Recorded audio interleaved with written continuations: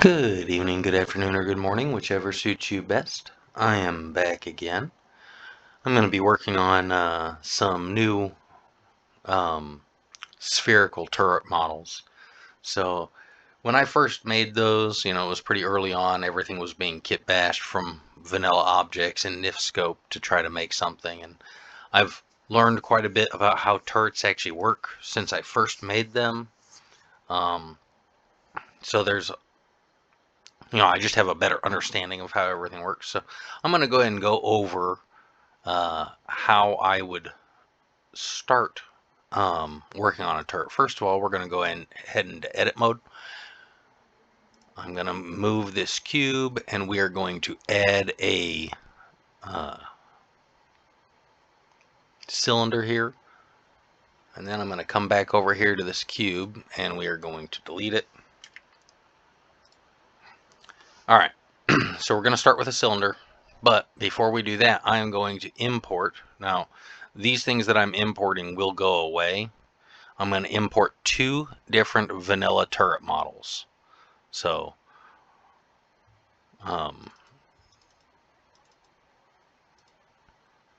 first of all, we're going to import a standard turret model. And then we're going to import one where I have rotated the pitch bone. And I will explain why that is here as I go about making my new model. So,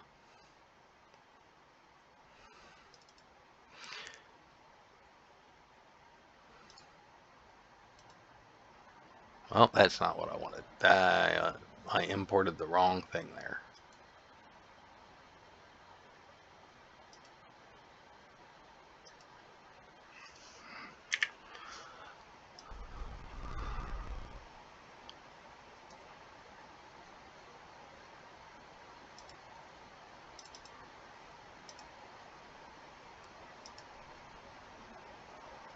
Sorry, I'm being a little bit quiet here. I'm just looking for the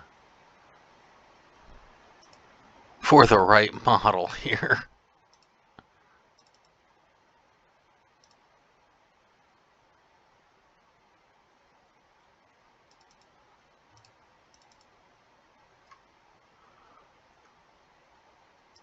I think it's here, right here. Yeah, there, perfect.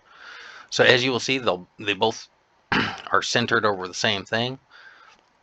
Now the reason why I've done this is because I want to have an idea of the arc that I need my circle or that I need my sphere to be, so that the barrels, when they rotate around the pivot point, so you can see where the pivot point is. It's right here. That is for the angling up and down of your barrel. However, the heading point is centered right around this base. So it's exactly centered here. It's exactly where my cylinder that I placed is. So my very first part that I would build in a model like this would typically be the base. In this instance, I am not going to actually build the base first. Instead, I'm going to build the actual dome, the sphere, if you will, because it doesn't actually need to be a full sphere. It just needs to be like a hemisphere, because I don't need it to rotate up and down with the barrels. I only need it to rotate left and right. So I will be basically using this model to replace the turret heading bone, and then for the turret pitch bone is where I will make my barrels. And my barrels will be designed to be centered over this pivot point, because unfortunately with vanilla NIFs of turrets, since we have to use the vanilla animations for them, you cannot move. This is why some of my older turrets kind of sometimes like break apart. Like you'll go fly in space and they'll seem like they're working, but then you'll land and all of a sudden the barrels will be separated from everything else. The reason that happens is because the game will always default to the coordinates where this pitch bone should be based off of the animation file. So even if I take that node inside the NIF and I move it forward, you know, like 1 on the y-axis, like 1 full meter on the y-axis, after it lands, it's going to go ahead and pull it back to that 0 point, that original point, because that's what the animation is looking for. And so that is 100% on me. I didn't quite understand why the nodes weren't staying where I moved them to in the NIF early on, but I do understand now why that happens. So now when I build newer turrets, I design everything directly to follow the vanilla NIF design. You know, I try to keep it, well, not even try, I just do keep it the same. I keep the nodes in all the same spots.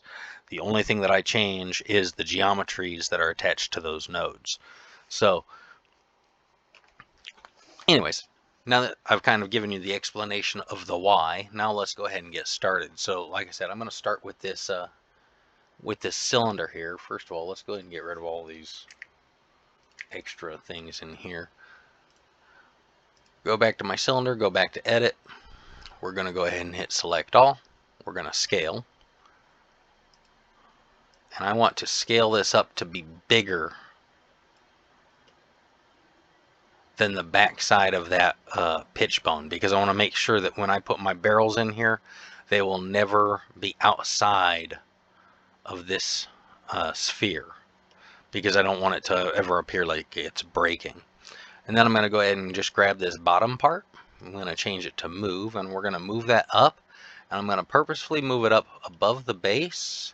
I'm going to find out exactly where the heading bone starts. It looks like the heading bone starts right about there as far as Z height goes.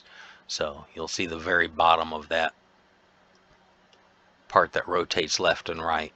So it's basically going to be right about there. It doesn't have to be perfect as far as this part goes. You just want to make sure that you don't have, like, I wouldn't want the bottom of this part to be above where the barrel rotate point is. You know, I'd want it to definitely be below that. So we're going to go ahead and start like that. And then I'm going to grab this part. We're going to flatten this. And you know what? This whole thing is going to need to be bigger than this. I just realized it's going to need to be bigger. Otherwise, I'm going to have like a very steep hemispherical dome. You know, actually, I've got an idea on how that might... You know what? Let's go ahead and do... We're going to come up to just above where that pivot point is. No, just below where that pivot point is. Let's just make this a base. In fact... Yeah, no, I definitely want this to be... That's fine. What I will probably end up doing is I will put like a housing around this, so it'll look, so that you'll only see like the top portion of it. You'll see it as I go. Anyways, let's just go ahead and get started. We're going to do an inset here. I'm going to come in a little bit, and then we're going to go ahead and bring that up. We're going to start the top of our hemisphere or semi-sphere, depending on what you want to call it. We're just kind of slowly build it up here. It does not have to be perfect. We can always go in and make adjustments later.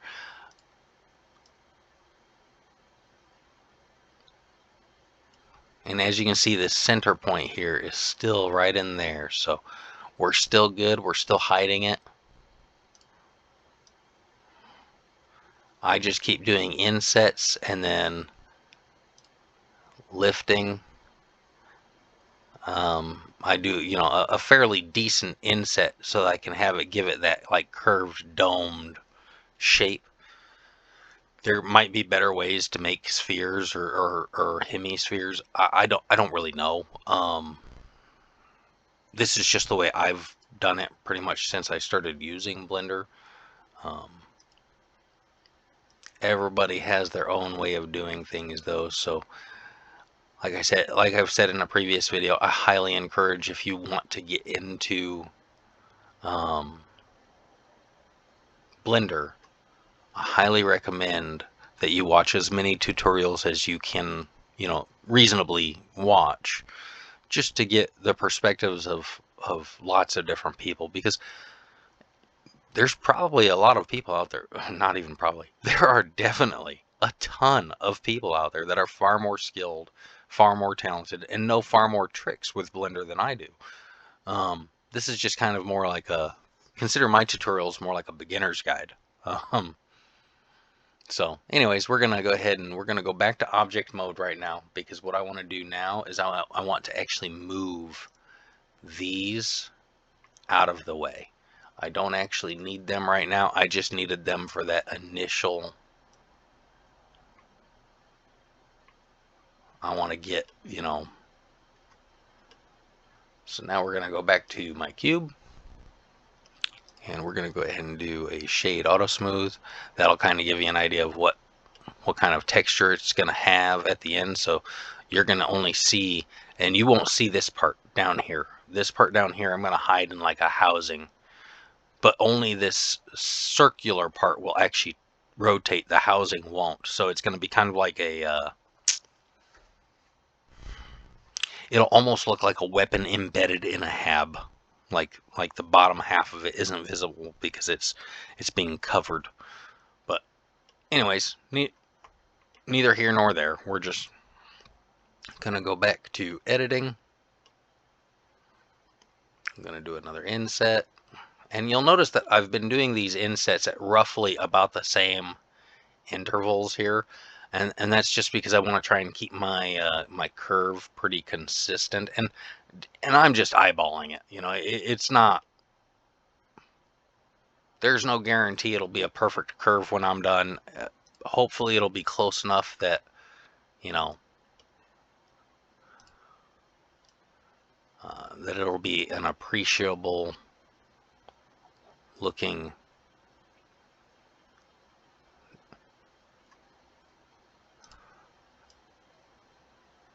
hemisphere.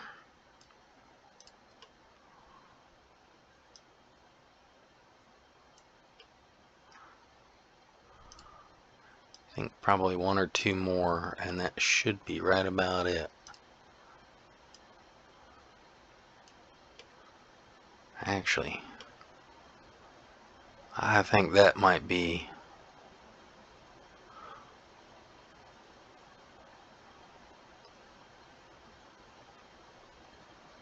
No. Nope, I kind of want to, actually, let's try this. Select all. Nope. I just want to grab the blue and go up.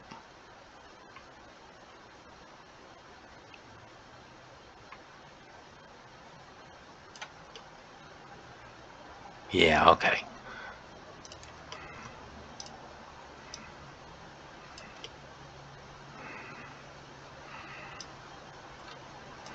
Alright.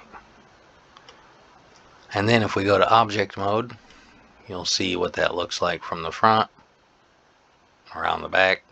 Yeah, not too shabby. I think that'll work. Perfect. So now let's go back into edit.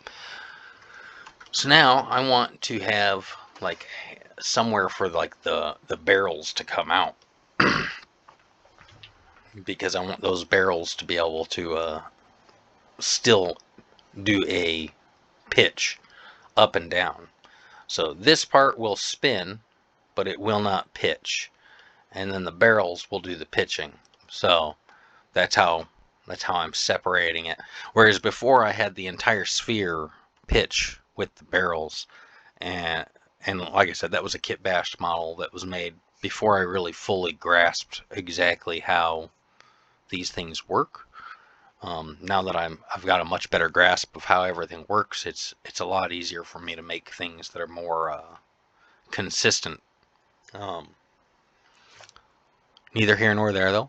We're going to go ahead and get started with how do I get those like channels in here for where barrels and that are gonna go. So first of all, we're going to go ahead and select all, and I am going to do a mesh bisect. Now, I'm using these grid lines to make my straight lines. So I know that right here I am 1 meter from center, and back here I am 1 meter from center. So I'm going to go ahead and try and center over that and just come over to the front. Now, I'm not going to actually leave my line there. I'm going to actually pull that over just a little bit until I hit that next little spherical line. And the reason for that is just because it'll be easier for me. Actually, you know what? We're going to undo that altogether. Instead, I'm going to make my bisect on this side. That way when I symmetricize, it'll just mirror it. My bad. So we're going to do it over here. We're going to center it on that 1 meter away line, and then come down, and that way I can have a pretty, this line should be pretty much about 1 meter away from that center point. And then I'm going to slide it over until, oops, actually that's not the kind of slide over that I wanted. Let's redo that. Mesh, bisect. So whenever you do this bisect, you'll have a second arrow show up here in this blue circle. This will actually let you move your bisect cut along your model without warping your model. So I'm going to go ahead and bring it over to here, line it up right there. Okay, perfect. Now that's going to be that line. Then I'm going to select all again, and I'm going to do another cut at that 1 meter line, and then you'll see why here in a minute. Mesh, bisect, come back over here to this 1 meter line, center on that. There you go. That should be about right. So now I've got parallel lines there. Great. Now I'm going to do one more cut, and I'm going to do that cut at about the halfway point. So I want to be looking at the very top, and I'm literally just going to draw a bisect from this side, from the red line to that red line. And then we're going to go ahead and do select all, mesh, bisect from here. Well, I guess I did it just in front, but that's okay. That'll work. Actually, no, it won't. I was not looking directly above that. Let's try and do that again. I mean, it would have worked. It just wouldn't have worked quite the way I wanted it to. So I like to be, even if I can't be perfect, I like it to be close. There. That looks pretty darn close to that center point. And then I'm going to go ahead and go straight on, and I'm going to draw another. Actually, you know, I don't even need to, because these are already pretty parallel. So perfect. So I'm just going to go ahead and grab a face there, and I'm going to come down to this point, and then I'm going to make sure I grab every face inside that little area. Looks like I've got them all. Yep, perfect. And then I'm going to do another small little inset, just a very, very tiny one. And then I'm going to pull this guy in, and I'm going to take it down just a little bit so that's completely inside. And now you've got this kind of like channel cut into your model.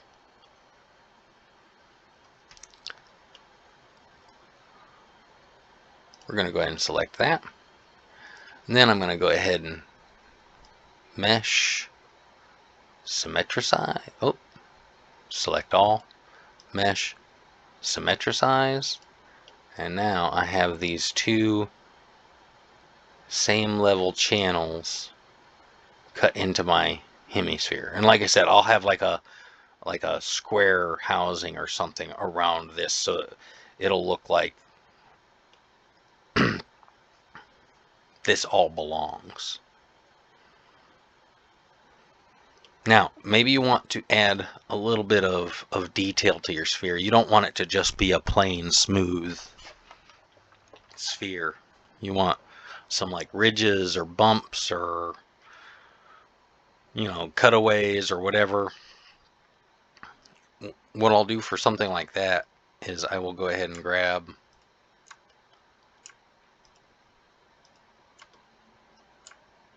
let's see. We'll do something like that. We'll do a small little inset.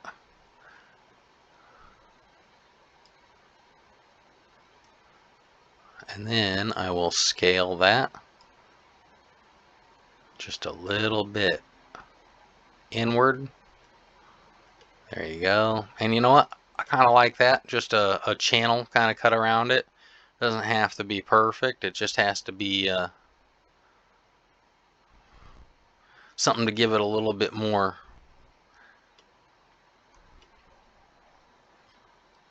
Yeah, I mean, really, that's it. Just give it a little bit more. So then what I will do is I will go ahead and try and grab all of these faces.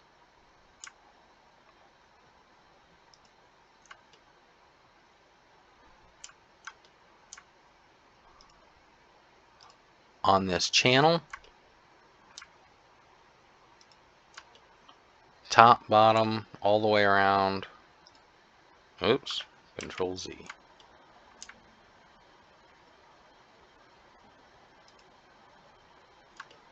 That's not really what I wanted.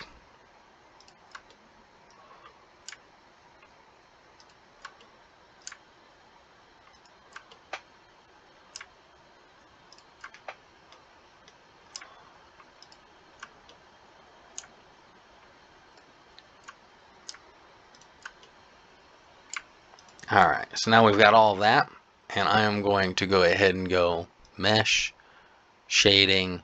I want sharp edges for that.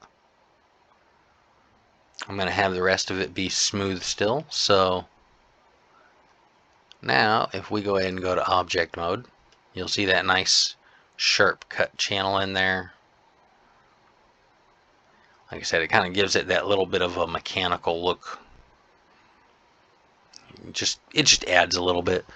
Obviously, I can still, like kit bash other things onto here, like the barrels I will be making separately, but the way I will do it is I will have this model or this geometry. I'll export it as an FBX or a Starfield geometry. I like to export as an FBX rather than a Starfield geometry. I do the Starfield geometry last, only because I've noticed that whenever I export something as a Starfield geometry, it actually disconnects all of the vertices and makes each individual face like its own thing.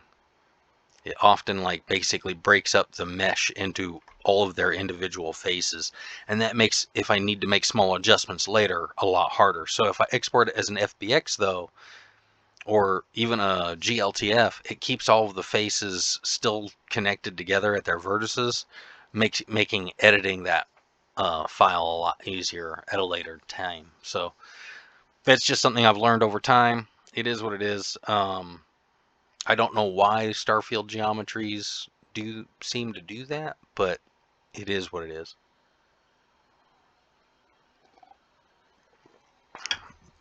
But it's important to note if you ever decide that you want to get into something like this. So,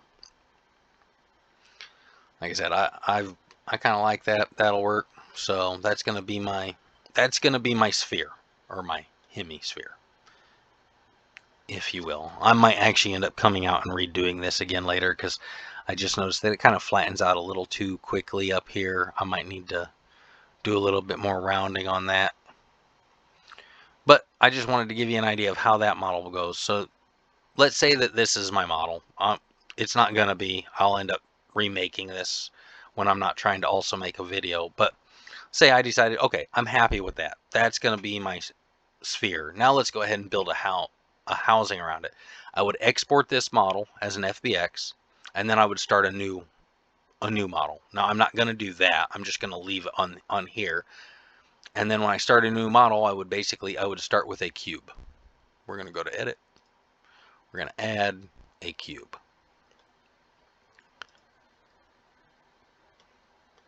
Now this cube, I'm going to go ahead and I'm going to expand to where it's a little bit bigger than my sphere. Well, we can just shrink its height this way.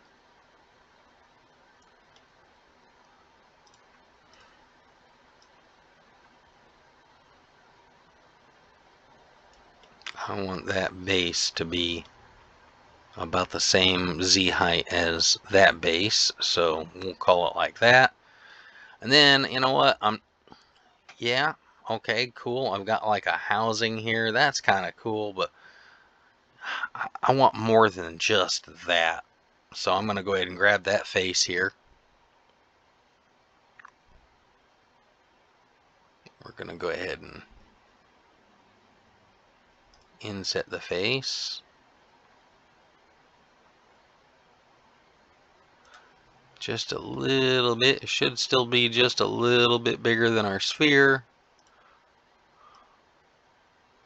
Lift it, kind of give it that little bit of a beveled edge there. Okay. Now let's go ahead and subdivide it. We're going to subdivide it again.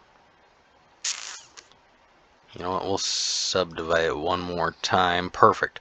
And the reason why I subdivided it so many times is I wanted to get some vertexes that were, well, here, I'll just kind of show you. So we're going to go ahead and keep all that same stuff highlighted. We're going to go to Mesh, Bisect. And I'm going to go from this vertex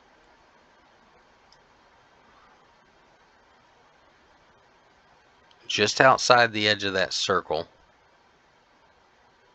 to that next pointed vertex that I can intersect with.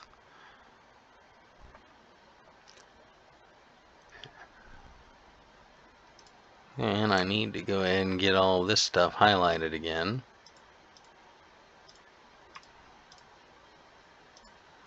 It would be easier if that was separate so I could actually move it, but that's okay. Technically, I only really need the stuff highlighted that's visible. So I'm going to do that, and then I'm going to go to a Mesh, Bisect. We're going to come to this next vertex here, and I'm going to get to, and it looks like that's going to be the next closest vertex I can get to and intersect with to kind of hug this as much as possible. And then we're going to go ahead and same exact thing.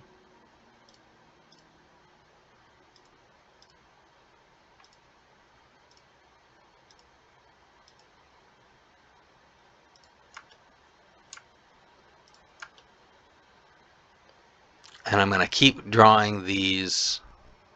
Actually, you know what? We can do this better. I just realized we can do this a lot better.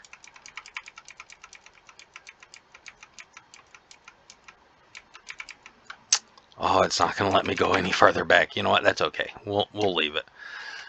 Because this is just a tutorial. Instead of going through all that, let's switch over up here to select mode to individual vertexes. And instead of drawing with bisect, what we can do is I can just click on a vertex and then hit shift to the next vertex that I want connected to. And then I just go to vertex, connect vertex path. And it will draw that line for me. So that's another way that you can do this. So we'll just do that. Vertex, connect vertex path. And you can kind of see where I'm going with this, where I'm getting that line kind of drawn around here.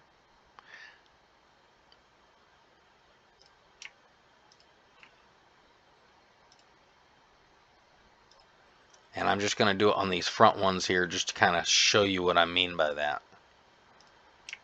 Technically, I guess just those two would probably be enough.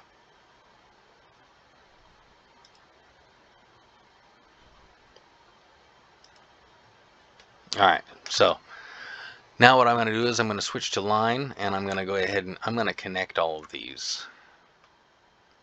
And I want to do this. At the corners. We're gonna kind of give it that we're hugging in this sphere. It doesn't need to go up that high, just that high. Perfect.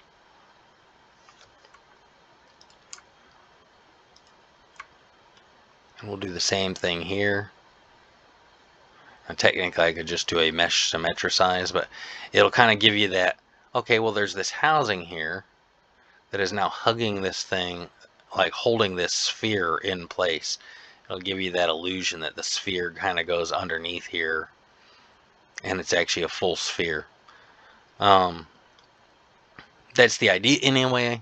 Whether or not you guys see it the way I do, obviously I couldn't really tell you. But yeah. And then obviously, you know, you can do more. You could maybe you decide, you know what, I want this bottom piece to be more beveled. I'll just go ahead and grab the bottom. We'll hit scale. We'll scale the whole thing outward so that it's more like a pyramid up shape, like that. Maybe maybe we'll grab the four sides. We'll do some insets here. We want this to be kind of a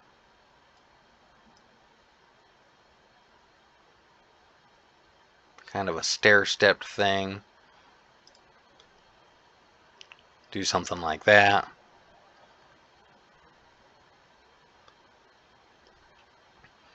You know, I mean, like I said, there's a million things that you can do. You can choose how you want it to work, but we'll do something kind of like that. Now, what I would do normally is because this, I all want sharp angles. I don't want it to look smooth. I want this to all be sharp. So I would grab all of this stuff,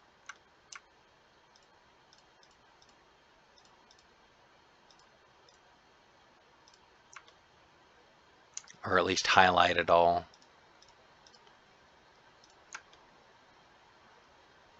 I don't really need those top pieces there, but in fact,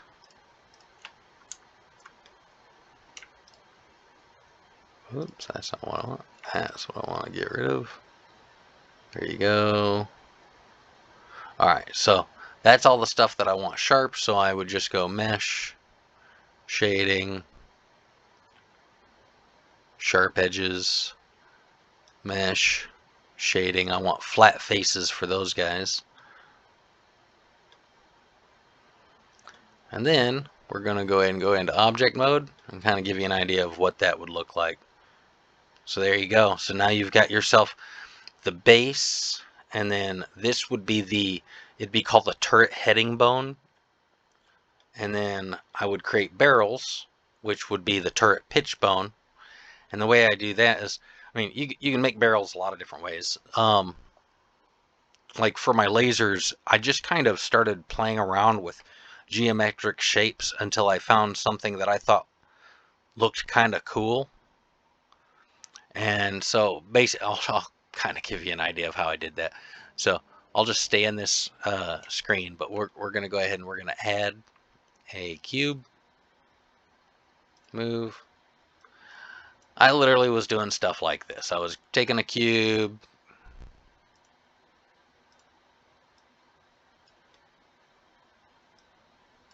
it's like, I want some sharp angles in here.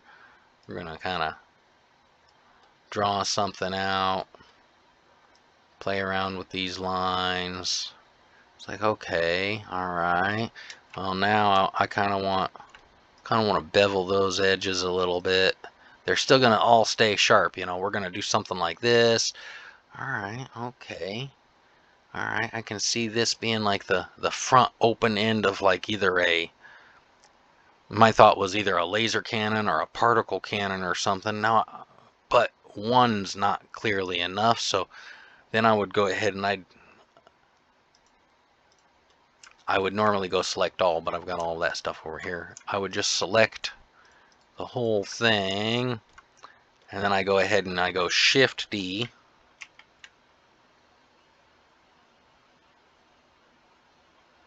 Oops, there you go, that's about right. And then I go mesh, mirror, let's go mirror Z.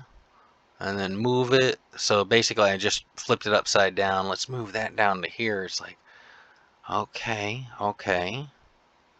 All right. It's giving me more of that little opening that I want for that barrel. That's pretty cool. Now let's go ahead and let's grab both of these.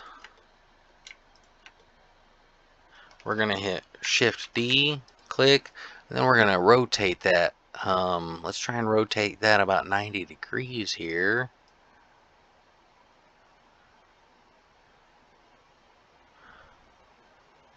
Okay, okay, that's not quite right because that should be a perfect square there. All right, that's probably about right.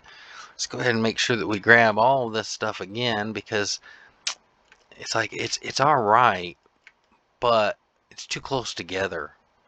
So normally I would just back up, I'd shrink the stuff a little bit, maybe separate it a little bit more, you know, start doing stuff like that and get myself kind of like a pattern that I like. And then I'd go do more geometric shapes until I finally have something that looks like a weapon or a barrel that I'm going for. And then I would go ahead and add one more. Well, actually, I'm sorry. No, I wouldn't. Then I would go ahead and I would export that, whatever shape it was I came up with, as an FBX. And then I would start a new model. I would import the FBX, and then I would take a single cube like this, and I'd say, okay, let's build that whole thing that I put together with a whole bunch of different parts with just a single cube. Let's try and we're going to scale this guy up a little bit so that it kind of covers that whole thing. We'll move it so that it's kind of in the right location. Oh, well, it's definitely not big enough, so I'll grab that face and move it back. All right, perfect. So now I'm going to go ahead and take this. I'll start manipulating this until it kind of looks like that thing that I just made, but all made out of a single cube.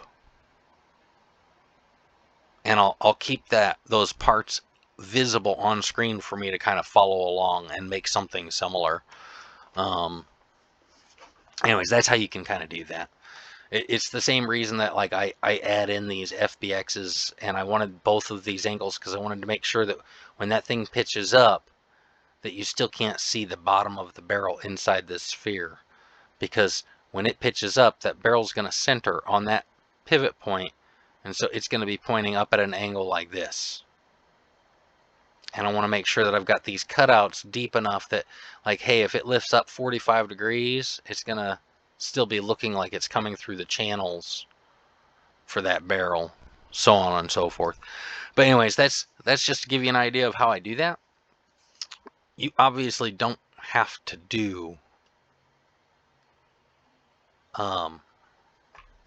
exactly what I do. It's the same reason why, like, my big battleship cannons, I would love to have the entire housing of the battleship cannon like pivot at that center point. But the problem is because of how far back the pitch bone is on these turrets, I can't do that without the barrel like sticking up through the housing on my battleship cannons or my cruiser cannons. And so that's why I've shifted the whole housing back around the pivot point, so that way the barrels can still look like they're connected where they should be. And that's why it works more like a tank turret rather than like an actual battleship turret. But that is the reasoning behind that.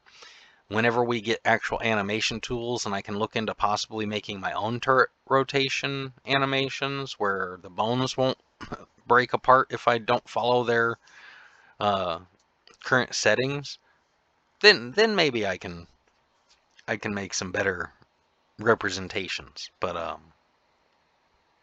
anyways, that's gonna probably be it for the video today. But I hope you guys have a wonderful day, and I hope this at least gives you an idea of how you can go about making your own turrets and your own weapons in Starfield.